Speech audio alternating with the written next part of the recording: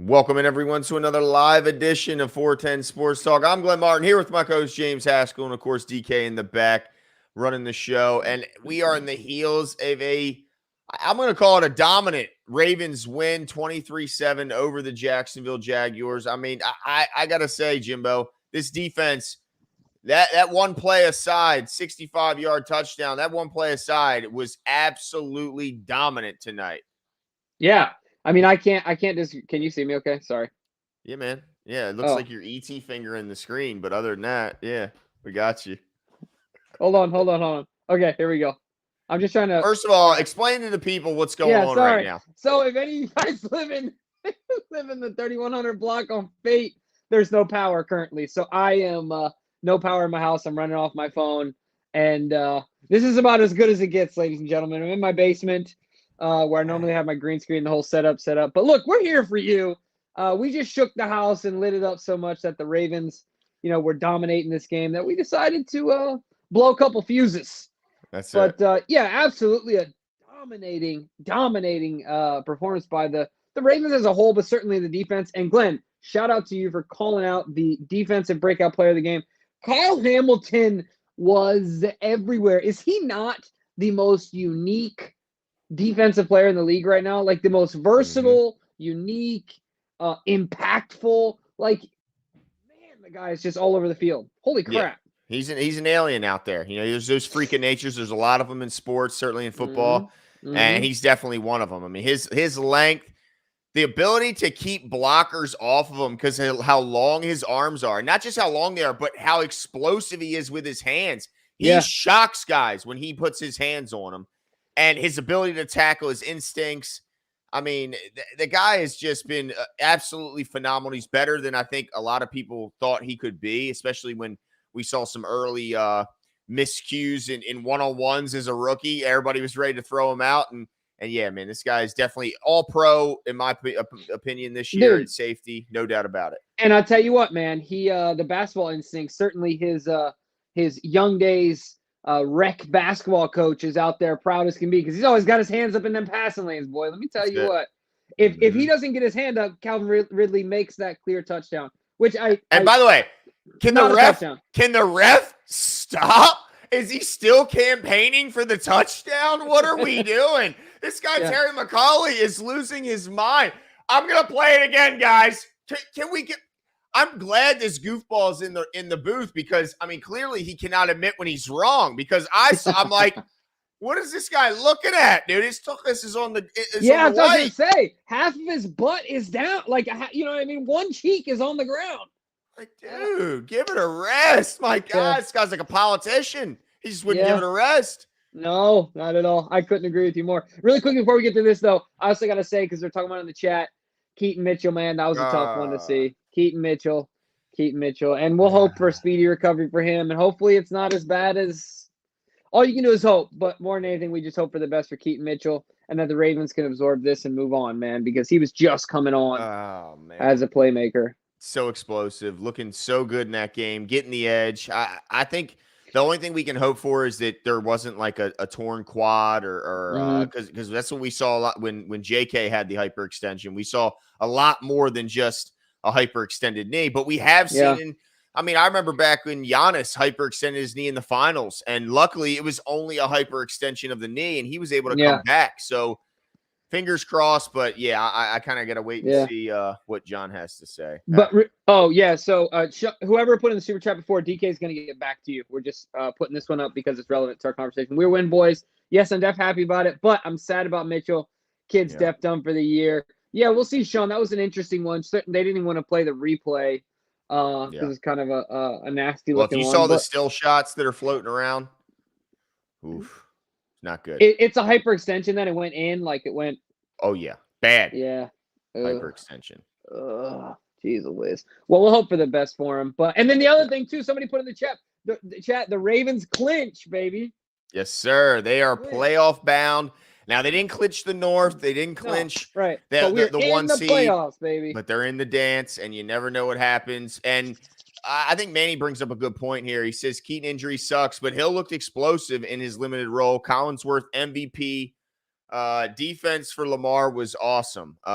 Yeah, I thought Justice Hill, I mean, really all year, outside of the issues with putting the ball on the ground and kind of the mesh point issues with him and Lamar, Justice Hill's been good all year. And now he's not what Keaton Mitchell's been giving us, 4.2 speed with the ability to run through arm tackles and keep his balance and all that stuff. But I'm happy with still knowing we have Gus and Hill in the backfield for sure. I agree, and I think that he can get the job done, right? We're not now scraping at the bottom of the barrel. Look, let's be honest. He is probably Munkin, right? Yeah, Munkin's favorite back in the stable. As a pass blocker, he certainly is. That's for sure. He likes himself some Justice Hill. So, I'm sure he's got confidence in him, and we'll have confidence in him moving forward. So shout out to the Ravens for clinching. Big Fesh says, Big W, let's freaking go. We need to beat Miami now, so a loss to the 49ers won't kill us. Yeah, obviously. Hold on. What is this? What is this? Like it's a foregone conclusion here. What are we talking about here, bruh? Hold on, 19-1? What is Lamar's record against the NFC? What are we talking about here, Big Fesh? Come on, bro. They're a good team, but come on now. Let's not count them out. I'll tell you what, I know we just beat the Jags, but I'm excited to see the Shanahan matchup against McDonald, man. Yeah, it's gonna this be defense and that offense is going to be a lot of fun. I'm looking forward to that one. But yeah, that Miami game, no doubt, is huge. I mean, Miami goes out today, even with missing Tyreek Hill, who, arguably outside of quarterbacks is the MVP of the league. And they go put up 30 points and beat the snot out of the Jets. So, yeah, they're a real deal team. Their defense is getting better and better every week. So, we better bring it. But, look, let's get back to this game. And, look, the Bills are surging, though, too. Oh, yeah, the Bills are surging. Got to give them credit. They're playing well. Against Miami. Yeah, that's true. There's a big game down the stretch.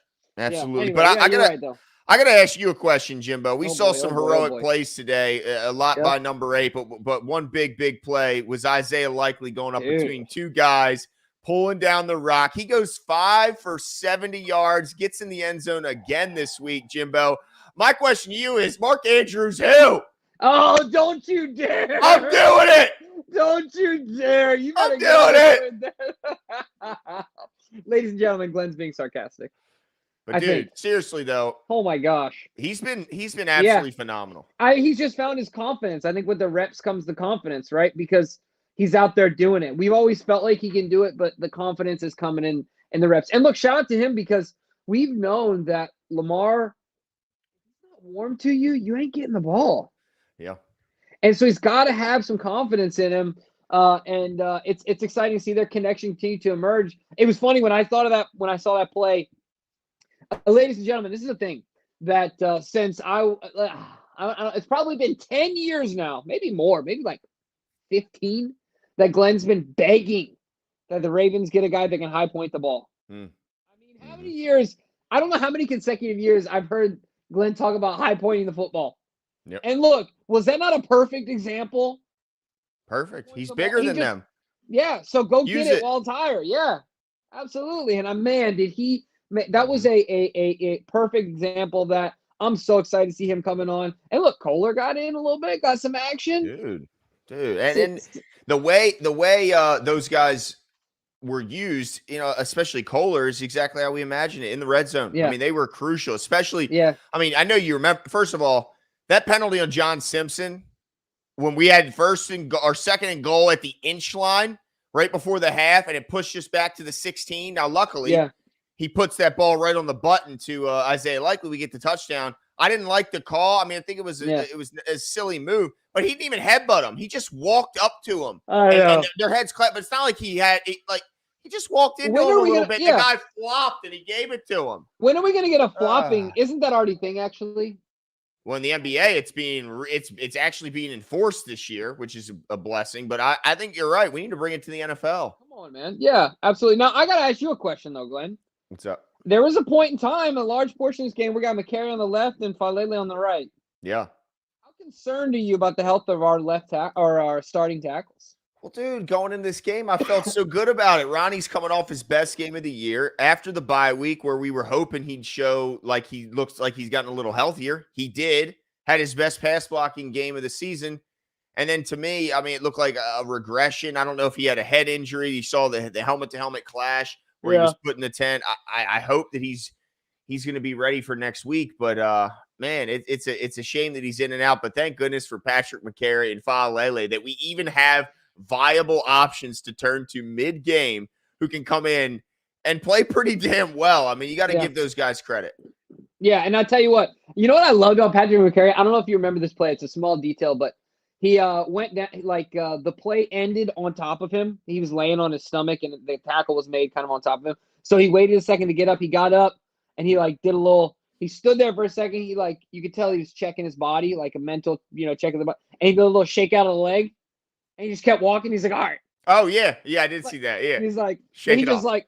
Let's go. That's it. Move on to the next, dude. I love him for that, man. He's certainly a lunch pail guy. But it does make me a little nervous moving forward. Do we know what happened with Morgan Moses? I didn't hear anything, but I was a little behind, so I was trying to catch up. But by that point, I was live, and I still didn't hear anything. Well, I will say this. I saw Cole Jackson tweeting about he thinks it's an upper body injury. He said he wasn't extending his arms at all. Okay. And that's just obviously not like any offensive tackle to not do it. So but that's just him, looking at it and trying to make a guess. But yeah, it's going to be interesting to see what that ends up being. That guy's super resilient. I wouldn't count him out until I see it for sure. DK did put in the chat here. It looks like Keaton Mitchell's injury is believed to be season ending. So they're going to have to finish this one up. There it is. We're going to have to finish this one up without him. But yeah, shout out to Keaton. He'll be back next year stronger than ever. I'm sure. I'm confident in it. And he's still a young guy. But yeah, it's going to be an injury. They're going to miss that guy down the stretch and his explosiveness, no doubt. I tell you what, man, I feel his pain. I hope that he can, he can get back and like you said, be stronger than he was this year. Steve Kinigopoulos says, concerned with our D-line against the run, ? They seem weak. If Jags edge rushers did this to us, 49ers are going to be tough for our beaten O-line. Which line are you more concerned with, the offensive or the defensive line? I mean, right now I'm certainly much more concerned with the offensive line because, neither of our starting tackles are out there. I think from a D-line perspective, I mean, I understand your point, but it's funny to me. I feel like the defensive line, they just have ups and downs. I think consistency is the thing. I don't think overall I'm concerned about them. I think we have the talent there. I think we have the skill set there. I think we have the big bodies in the middle there to get it done. Even on the outside, I mean, we've seen some moments where we can really shut down the run. This is a great defense. So I'm much more concerned about the offensive line. 100%. Yeah, got to. I mean, dude, you know what I was thinking about really quick before we get to the next comment? Yeah. So I think that in 2012 we won the Super Bowl, right? Did the whole thing, beat the Niners, whatever.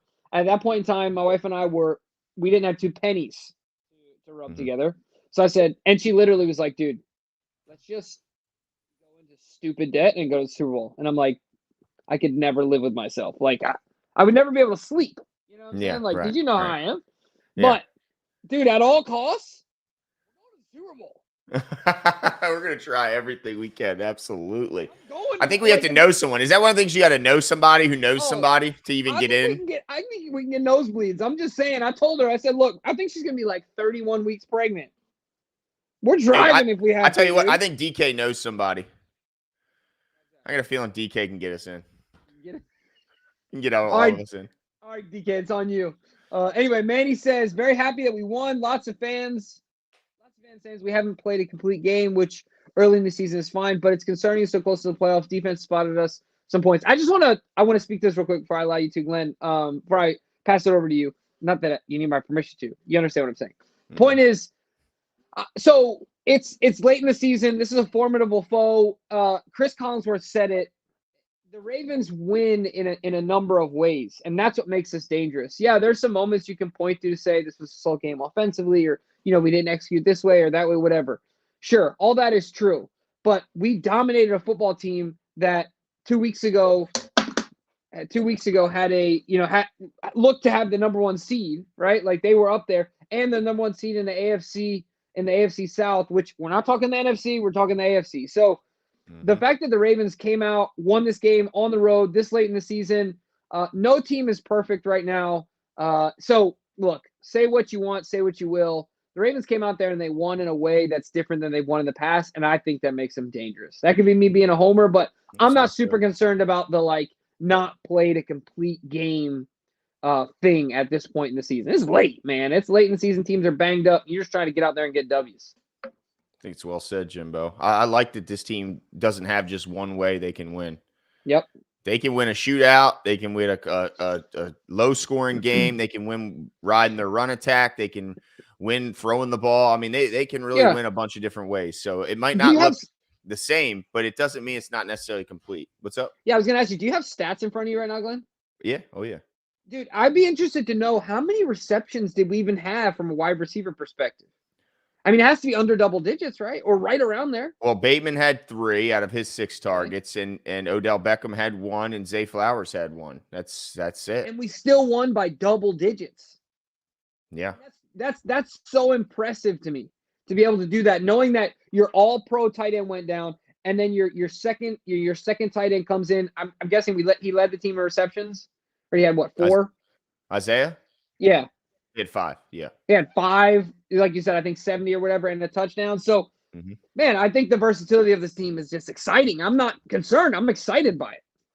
Yeah, I mean, if I told you that Odell Beckham and Zay Flowers would combine for 2 catches for 21 yards, but yet we'd smash the Jaguars, I think you'd be like, I'll take that. I'll be happy with that. So, yeah, I like the fact that we can win in a lot of different ways. And you know what? Rashad Bateman, he's gaining the most separation of any wide receiver in football. We saw some more of that today. And I just think he's this close. I've been saying it for weeks, right? Jimbo. He's so close to just exploding for a monster game. I thought this was the one, the way it started. I was like, this is his game.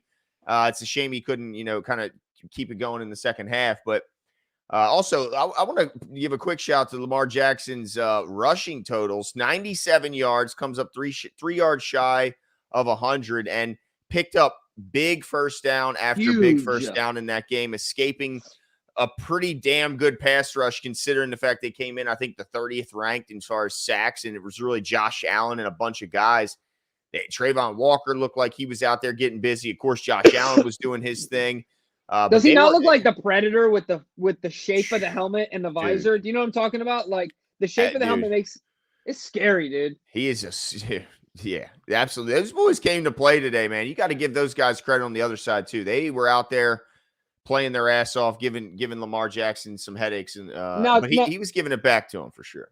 Now, 2 game management questions before we get to Marcus Orr here. Why on earth did they try and run that play? Like, I'm okay with it. The Jags tried to run that play and they ended up not getting out of bounds. Greed. I didn't understand that. Greed. So stupid, right? And then simple greed. But the other one, what happened with the miscommunication when Tucker came out on that 4th down and then Lamar? I was trying to figure that whole thing out, and then.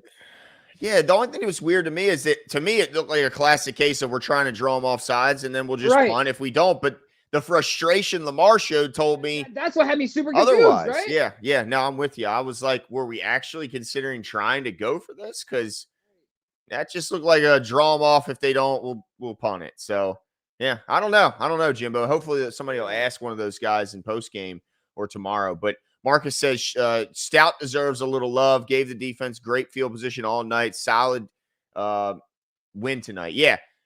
And not only that, he went down and covered his own kick one time and gave the guy a little one time. He got a little he did. But he's a big dude. I think you remember his measurables. He's a big boy.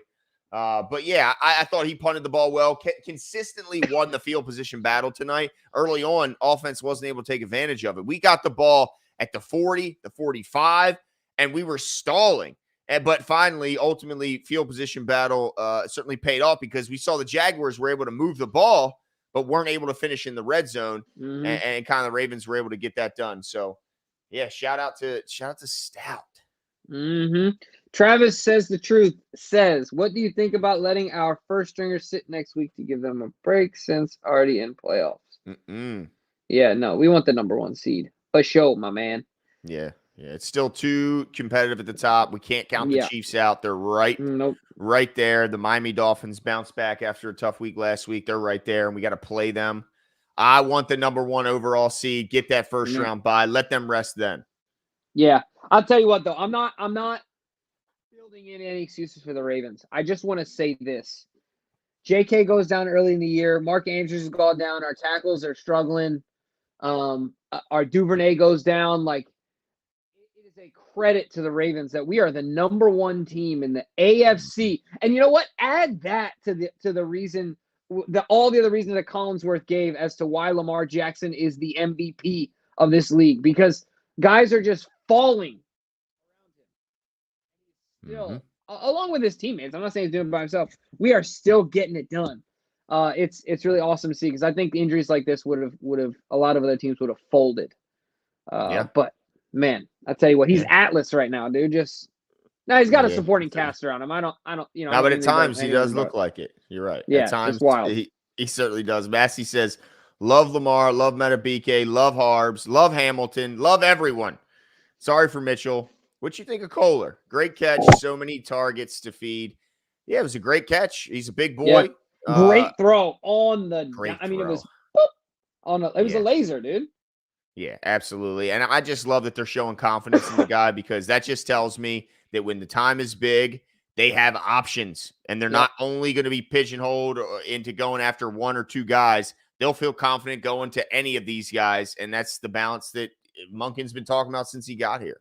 And that's what he needs. You can tell Monken really thrives when, at least in my opinion, when it's an offense that is not here's my, not that he doesn't in this scenario, but, you know, having a one. It's not Keenan Allen where he gets every target. Exactly, right? Like, he's absolutely thriving and taking advantage of every single matchup that he can, and he's playing chess out there, man. As an OC, it's a lot of fun to watch. So appreciate Massey, Massey. Yeah, let's keep the positivity going, baby. Oh, shout out to Frenchie. It is. Richard Grant says it's not a 34-3 victory, but it's a solid dub. See y'all in a week, 49ers, baby. All right, that's fine. Yeah, we'll see. We'll see. 19-1, baby. Yeah. About to be 20-1. Yeah. I'm expecting to see them again in the Super Bowl. So whatever happens in this game, I just want to learn. Okay. Lap around the course, because I want to win and learn. Yeah, I do too. But I'm just saying, I'm ready to see them. Yeah, I'm excited when the lights are bright. We'll see how Shanahan does in the. Yeah, we know what happens when he gets in the Super Bowl. Yeah, Manny says. Yeah, Manny says, I'm glad we have depth and don't need to sign Kenyon off the couch this year. Well, hasn't he been on like three? Wasn't he on our team? The Browns. He fumbled for us, and then he went to the Browns, then he went to the Packers. So yeah, I think that ship might have sailed after he said something about trap. Is that what he said? Something protect your trap. I'm not cool enough to say all those things. But I think that ship has sailed. Yeah, I hear you, Manny. It's nice to see. It's nice. Think about this, Glenn. This were the scenario 12 calendar months ago. How much confidence would you have in Justice Hill in comparison to now? We have so much more confidence in him moving forward that it's exciting. Yeah, and Gus looks like he's getting back, more and more each day. And luckily, I saw that helmet-to-helmet clash. I was a little worried because he had those issues with the concussion earlier. Luckily, no issues there. He's too hard-headed. No, he's got his answers memorized, dude. He says them in his sleep. I'm telling you. Asmodeus says, McChickens. Also, I'm really looking forward to next week's game. It's going to be a real slobber knocker. Yeah, we'll see if they can handle the physicality of the AFC North. That's one thing the Jaguars got to see first thing right on the opening kickoff. Mollett goes down there, gives them a shot right in the opening kickoff. Lets you know this is AFC North football. We're bringing it to the West Coast next weekend, and I think the Ravens are going to give all of us fans a night Christmas present. Next week. It, Glenn. I like it. I it'd be hard for me to disagree with you. Dude, I figured out how Gus passes the protocol all the time while you were talking. You want to know? How's he do it? Dude, he just turned it into a rap verse. And then he can memorize it? Exactly. So every time he gets asked, he just starts rapping. There we go. But at least he doesn't lose his memory when he gets his bell rung. That can happen. Yeah, it's true. It can happen. Oh, Gusto's in the blue tent just dropping bars. I believe it. Manny says, this D deserves its own super chat. Dominant. Hey. This defense will keep us competitive in every game. Marlon had a great – I'm so glad you brought him up, Manny, because you're right. Marlon was getting criticized last game. Everybody was saying, has he lost it? Right. Even though he was getting beat by some pretty damn special receivers and some throws that were unbelievable by Matthew Stafford. This guy comes back, bounces back in a huge way, plays super physical, frustrates, I think, Calvin Ridley all night. And I think Calvin Ridley was hearing those stomps coming. That's why a couple of them balls went through his hands. I was impressed with Marlon Humphrey, and I have no problems. I'm very confident in going into the playoffs with Marlon Humphrey as our CB1. Yeah, I agree. Didn't somebody ask John Harbaugh about this, and he answered really simply. He said, Marlon Humphrey is the least of my concerns. Well said. And I think that's how we should all feel as well. So, yeah, it was nice seeing him bounce back, get the physicality, get the little pep in his step. I feel like this game, he looked healthier than the last game, just from a straight up health, explosion perspective or point of view. I think that part of his game was back, really, was popping some guys, and that's Marlon. That's what we expect to see. That's how it was exciting. And look, I want to give a little credit to Marcus Williams because look, I know he didn't play in the second half, had the injury. We'll hope that his groin heals up and he can play next week. But he made that huge tackle right before the half, kept him in bounds, and ran that clock out when who knows what could have happened there. You don't know how the momentum changes if they go in and get 7 or even if they just get 3. It was a huge momentum shift for him to make that tackle inbounds. So I got to give that guy a little bit of credit. Sean, happy birthday. Absolutely happy birthday to the OG, the legend that is Sean Pisker. He says also, side note, tomorrow's my birthday. Glad the Ravens gave me a win for my birthday. Yeah. It was a damper on the day tomorrow, but now you get to sit in all the glory of knowing not only are you 1 year older, but the Ravens are sitting alone at the top of the AFC. Yeah, shout out to you, Sean, and hope you have a good one and you enjoy it, man. Yeah, buddy. Don C says, "Oh, go ahead." All right, shout out to Don. Appreciate the super chat. He says, "What a win, guys! While not the most exciting game, it was a game we had to win. Prayers out to Keaton. Not as ugly as the Musa Smith leg break, but ugly, man. I mean, yeah, it wasn't quite as bad as Nick Chubb, but it was rivaling that angle. I'm not even gonna go back and look at it. I thought about going back and look. I was like, you know what? Don't do it, I'm dude. okay. Yeah, I'm all right. Shout out to Don C. Thanks for being up late with us. 552 people out here, dude. Shout out to all you guys, man. Hit the like button. Send us out to some more Ravens fans. It helps the algorithm. Takes 2 seconds, completely free. That's right. We'd certainly appreciate it. Tone says, playoff bound, baby. Shout out to everyone who had us missing the playoffs. We get this Christmas win.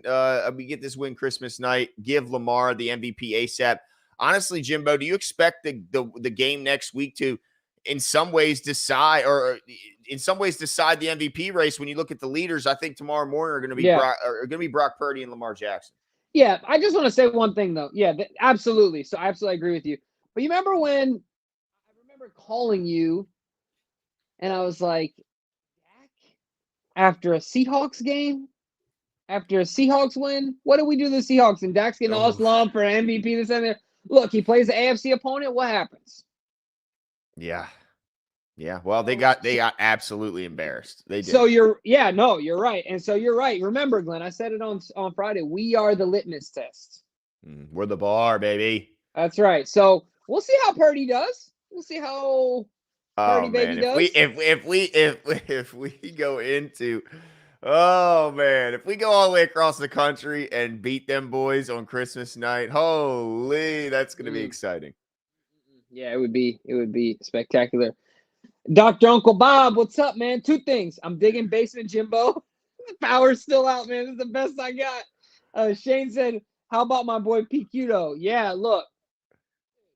PQ, man. I tell you what, dude. I'm starting to get nervous. We can't afford PQ nor Metab, dude. I don't know what kind of money Metab is about to get, but we ain't affording them. I know that. No. And Patrick Queen already over 100 tackles a couple weeks ago. This guy, he's been amazing. My only hope is that he just loves playing in this defense next to Roquan Smith. But I think if we're all being realistic, this is the last season we're going to see both those guys in Ravens uniforms. I think for at least their next contract. Now they could circle back. You never do know, but yeah. I think there's a chance. While we have him these years. I think there's a chance we can hold on to Metab. I think there's a chance, dude. He's gonna be. I think he's $20 million a year, dude. Oh yeah. I think he's $20 a year. Dude, he's just had a sack in 11 straight games, dude, as an interior defensive lineman. I mean, it's insane what we're talking about, Jimbo, what he's doing. 11 straight? Yeah. That's ridiculous. Yeah. And I'm digging Basement Jimbo too, man. It brings a little something extra to the show. But shout out to my brother Bob, my nephew Shane, legendary Ravens fans. Let me tell you about those two gentlemen, legendary Ravens fans. And don't forget it. But yeah, I mean, let's see. Anthony says, great win. Love the show. Keep up the great work. Still can't believe false start was called on that one play with Allen. Huge momentum swing. Which I'm trying to. Oh, yeah. So he's talking about the play where I agree with you 100%, Anthony, where they called a false start because Allen went early trying to. It actually wasn't Allen, though. Who's the other kid that they drafted #1 overall? Walker. I think it was Walker, not Allen. Anthony, I could be wrong, but I'm pretty sure it was actually Walker because it was over the right tackle. And he clearly tried to time the snap, was early. He had already passed the line of scrimmage by the time Moses started reacting. Oh, I know the play. I got and you. I think it was pretty clear if you go back and look at it. I could be wrong, but I feel like he was clearly beyond the line of scrimmage. Therefore, based on what I understand, it is not an offsides, at that point. Or excuse me, a false start on the offense. It's a defensive infraction. So, I agree with you. I thought that was a pretty whack penalty as well. Yeah, there was a couple shaky ones out there today. I mean, I didn't like the interference call on the left side. I believe that was on Brandon Stevens, if I remember correctly. Didn't like that call. I was shaky on. I don't know. Even the grounding calls, it's like, I don't know, man. He's getting clearly destroyed. The ball's going the direction of a guy. I mean, I don't know. But let's see. Don C, appreciate the generosity. I tweeted to Cole Jackson, why when our quarterback is running and his forward progress is stopped, they don't blow the whistle when he's getting hit hard. Yeah, I mean, Lamar's pissed on one of those. Did you see that? Yeah. I mean, it doesn't seem like he gets protected like a lot of these other guys do. I mean, it's no surprise, but he protects himself well. I'll say that. I appreciate him getting better and better at that every season. But yeah, it just doesn't seem like he gets protected like a lot of these other quarterbacks do. How crazy is it, though? I've never seen anything like Lamar in that, he has so many gears. He can move forward at 80% of his speed and have so much control. But then, there's this saying amongst, newer runners. So usually your base pace is too fast and your race pace is too slow. There should be a wider discrepancy between, your base pace and your race pace, right? Lamar is excellent. His base pace, he's moving down the field controlled, like you said, trying to find the spot and get down. But dude, then when he breaks it open, hits the gas, holy crap. It's almost like you forget if he has 3-4 runs and he's just kind of controlling the pace, whatever. But then when he takes off, it's forget about it. That kid has got some wheels on him, man. But yeah, Dante, I agree. Dion said, how fast do I need to be? When they say, how fast are you? How fast the guy next to me? I'm faster than him. That's how fast. Hey, I love it. That is awesome. I'm as fast as I need to be. And that's how it seems like it is for Lamar. He just has a gear he can kind of always call on. But yeah, let's hope that the refs continue to try and keep number 8 upright, because there's a lot of quarterbacks around the league that are sitting on the sidelines, and I'm happy that ours is still under center. CJ says, this D is something special. I really think we have a good chance to shock the NFL world next week. It also helps. It's a night game. Helps with jet lag. Lamar's the MVP. I guess that's a good point. I'd rather him be playing it a little bit later. I don't know. You tell me, Jimbo. You're a traveler. Would it be more beneficial for the Ravens to be playing at 1 o'clock that day or at 8 o'clock? Yeah. Personally, I take the 1 o'clock. Okay. Because look, 8 o'clock. You're talking about starting the game at 11:30 at night, your local time. That's true. I didn't think about it. That's a long day. You know what I mean? So, because my first few nights when we go out to LA all the time, I'm going to bed early. Still getting adjusted to the time. So I do also see, though, that gives you more time to get your legs under you. So it really depends on when the Ravens are getting in. I'm going to guess they're getting in. Man, it's kind of sucky for the Ravens. They got to travel all the way out to the West Coast. And I said it before, but Shadi, if you hear me, you guys should put the whole families up. Send all the gifts out there. Send Santa out there. Send everyone out there. Make sure the family's got a good experience. Keep them in a bubble. No distractions. No children. No Santa Claus. You sound like Goofy when we were watching too much Mickey Saves Christmas. Oh, Santa Claus! I'm gonna play the version of the heartless fan. Put him in a hotel. No FaceTiming with the kids. It's football. Oh, but dude, the thing is that you know that most likely John's gonna fly those guys out probably by noon on the 24th, and they're not getting home. 26. Wow, you think they'll go home? They'll go Sunday, not Saturday. I mean, that's what it's a Monday night game, right? But that's what they did. The Chargers game, that was a night game, right? It was Sunday night, and they went up when Saturday. Did they go Saturday as well? I think they did. Yeah, I just wonder if they go Saturday or if they go Sunday. Probably because of the holiday, they probably don't leave till Sunday. Yeah, that way at least you can wake up Christmas Eve at home. Yeah. Yeah. But what I mean is noon on the 24th, they're out the door. Yeah. Coming home till the 26th. Right. So yeah. I'm just my only point is that it does give you, so to CJ Lavender's point, gives him a little more time. I would prefer to have the earlier game. I think it's at a severe disadvantage to be playing that late and you don't have time to adjust your internal clock. It's just a late game, man. You know what I mean? Like that means that 2 hours in the game, it's 1:30 a.m. for you. One thing will be certain: Roquan will be ready to play. He'll be ready to play in the parking lot. And Lamar Jackson doesn't strike me as a guy that like goes to bed early. No. Yeah, that's a good point. And really, it's probably a generational thing. A lot of these guys are younger, and I think a lot of them probably are night owls. Stay up a little bit. So, and the bright lights will keep the adrenaline going. Hopefully, keep their energy levels super high. But yeah, the defense is certainly special. CJ, you're 100% right about that. Those guys are flying around.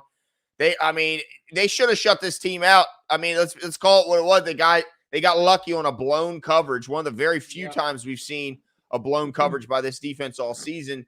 Outside of that, the Jaguars were completely ineffective. And while they may have moved the ball at times in between, the 30 to the what? What's up? What's up, dude? It's 8:20 game Eastern. Huh? It's a 5:20 game there. It's still 8:20 game Eastern. My math was all wrong. Dude, this whole thing. Did somebody help us out in the chat or did you? Yes. Thank you so much. Duh. So it's late, guys. I'm going to give Jimmy a pass. It is. And yes, it is late. But yes, CJ, then I would agree with you. It's nice to have the little extra 3 hours that you create because you're able to time travel. Flying is just time travel. Yeah. I'm going to blame you on that one, Jimbo. Yeah. But you were following me, though. You get what I'm saying. Sean Fisker says, I also love the Lamar play. Smoot looks at Lamar and says, how? Dude, that play was awesome. That was so awesome. Awesome. But look, you said it, though, Glenn. That play doesn't happen without an incredible catch from Isaiah Likely. Holy heck. Yeah, and that's the frustration, though. Those defensive ends have got to be like, man, do I really want to bust my ass and tear up the field again, knowing that this guy's probably going to squirm away and somehow find a receiver down the line or take off, himself and get the first down. It's got to be just head scratching, frustrating. Defensive coordinators got to just be like, God, what do I got to do to get this damn offense off the field when Lamar Jackson's got the ball in his hands? It was hilarious. I love that they caught that moment on camera. Yeah. I couldn't agree more. Let's see what else we got. 25 Nuggets says just franchise Metab and negotiate. Yeah, look, at the very least, we're probably going to have Metab for another year. Let's be honest. He's getting the franchise tag. But what's that number when you consider how much Aaron Donald brings that number up?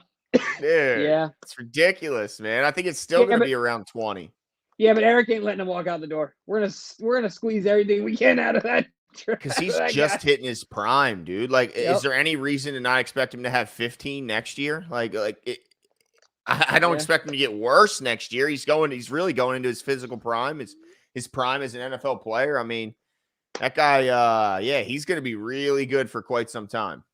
Yeah, we'll see how it goes, man. But I agree with 25 Nuggets. He ain't going anywhere. Getting that tag. And Justin Tucker continues to be 90% or above all time. Continues to set that standard, as just like the Ravens have been doing all season. Set the standard. That's right. Oh yeah, DK is ripped. I mean, holy smokes, it's unbelievable. Dude, we got to put this on a shirt. He said one drink. I had one drink. Dude, we got to put a picture of DK's face. It was this big. Well, he doesn't want to tell you he had one drink, but it was this big. It was the size of his torso. Dude, that's this so great. wide. So in the episode of Parks and Rec, Ron Swanson goes to the doctor, and they're like, "So how many drinks of alcohol do you have a week?" And he's like, "1." And they're like, "1?" And he's like, "1 shelf." That's right. 1 shelf. One case. That's right. DK just consumed the whole. Yeah, that's right. Just one. Like there's a whole boot, right, Glenn? There's just multiple liters, but 1 drink technically. That's it. And hey, I want to give a little extra credit just because Trevor Lawrence fumbling the ball twice was such a difference in the game. But yeah, how about the one? I mean, what happened on the one, Jimbo, where he's just running and he just what happened? I have no idea, to be completely honest. I thought at first take, I thought he was trying to switch hands to protect himself. To protect the ball, whatever. Yeah. But no, I mean, it just bloop. But the other one, who was it that sat? Oh, that was Metab on that play. Dude, he literally pulled him to the ground so hard that he lost the football. That's how it happened. Yeah. It's insane to me. The dude. That first fumble was so silly, though. So goofy. That's like something that happens when you're playing football in the neighborhood. Yeah. It's a very young child. Not a grown man being paid a lot of money. I tell you what, if they show another clip of him sitting on the sideline going like this. Oh, yes. Maybe it's Maybelline. Dude, holy crap, man. I mean, this guy, Sunshine. That's what they call him, Sunshine. Sunshine. Yeah, man. But I think to hold this offense, I'm not going to talk about the ankle because I didn't see any signs that the ankle was any bit of a problem. So this is a healthy offense, in my opinion. And to hold this team to 7 and really one busted play is the only reason they scored. Defense was phenomenal. Offense had its struggles, sure, but that defense for the Jaguars, they came out ready to freaking play. And so I'm going to I'll take this win. I'm thrilled about it. 11-3, alone at the top of the AFC. Let's see what happens next week. But look, I think that's it for us tonight. But this was a heck of a win. I appreciate everyone who came out there and joined us and watched our show. Stayed up late with us after the midnight, burning the midnight oil, right? Isn't that what they say, Jimbo? The old oil. You know all the old sayings. Burn the midnight oil, baby. That's right. But the other thing I wanted to say is we did not forget about our competition. It's just simply late.